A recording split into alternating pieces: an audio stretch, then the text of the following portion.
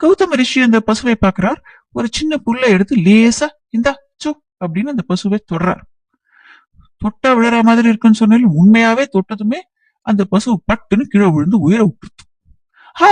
கொண்டுட்டார் வாங்கோ வாங்கோ வாங்கோன்னு எல்லாரும் உடனே கூட்டு பிடிக்கும். அட பாவி மனுஷா, ஒரு பசுவை அநியாயமா கொண்டுட்டியே அப்படிங்கிறார். கௌதம ரிஷி நான் ஒண்ணுமே பண்ணலையே அப்படிங்கிறார். அதெல்லாம் இல்ல, நாங்கெல்லாம் பார்த்துன்னு தானே இருந்தோம். அந்த புல்லால அடிச்சே அந்த பசுவை நீங்க கொண்டு இருக்கேன். பாவம் அந்த பசு நன்னா இருந்தது, இப்படி அடிச்சே கொண்டுட்டேலே அப்படின்னு உடனே அங்க ஒரு பஞ்சாயத்து கூடிடுறது.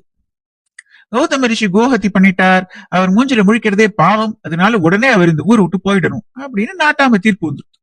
ரிஷிக்கு பாவம் தீர்ப்பை மாத்தி சொல்லலாம் கேட்க தெரியல.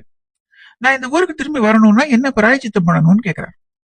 அவன் சொல்றா, இந்த மலையை 11 முறை வலம் வந்து மண்ணாலே சிவலிங்கங்கள் பண்ணி அதுக்கு அர்ச்சனை அபிஷேகம் எல்லாம் பண்ணணும். அதுக்கப்புறம் கங்கையில போய் ஸ்நானம் பண்ணிட்டு வரணும்.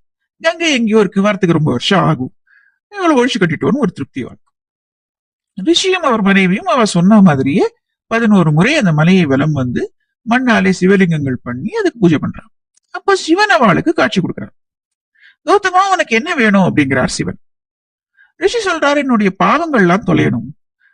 சிவன் சொல்றார், நீ எதுவும் பாவமே பண்ணலையேப்பா அப்படின்னு நடந்த கூத்தெல்லாம் சொல்றார். அப்புறம் கேட்கிறாரு, உனக்கு ஏதாவது வர வேணும்னா கேளு. கௌதமர் சொல்றார், கங்கையில ஸ்நானம் பண்ணினா தான் ஊருக்குள்ளே விடுவா, அதனால கொஞ்சம் கங்கையை இங்க வரவழைக்கிறீங்களா, நான் அவ்வளவு தூரம் போக வேண்டியிருக்காது. சரி அப்படின்னு உடனே கங்கையை அந்த மலைப்பகுதிக்கு வரவழைச்சுடுறார் சிவன். இவன் 2 பேரும் கங்கையில ஸ்நானம் பண்றான். அதுக்கப்புறம் சிவன் கங்கையை பார்த்து கேட்கிறார், ஏமா கங்கை, இவ்வளவு தூரம் வந்துட்டேன், கொஞ்ச நாள் இங்கேயே தங்கிட்டு போயேன், இந்த மண்வந்திரம் முடிகிற வரைக்கும் கொஞ்ச நாள். கங்கை சொல்ற, நான் மட்டும் தனியா எப்படி இருக்கிறது, நீங்களும் இருக்கிறதுனா சொல்லுங்க, 2 பேரும் சேர்ந்து இருப்போம். சிவன் சொல்றாரு, அப்படிங்கிறியா, சரி 2 பேருமே இருப்போமே அப்படிங்கிற. அன்னையில இருந்து கங்கா நதி அந்த மலைப்பகுதியிலிருந்தே பாய தொடங்குகிறது. கௌதமர்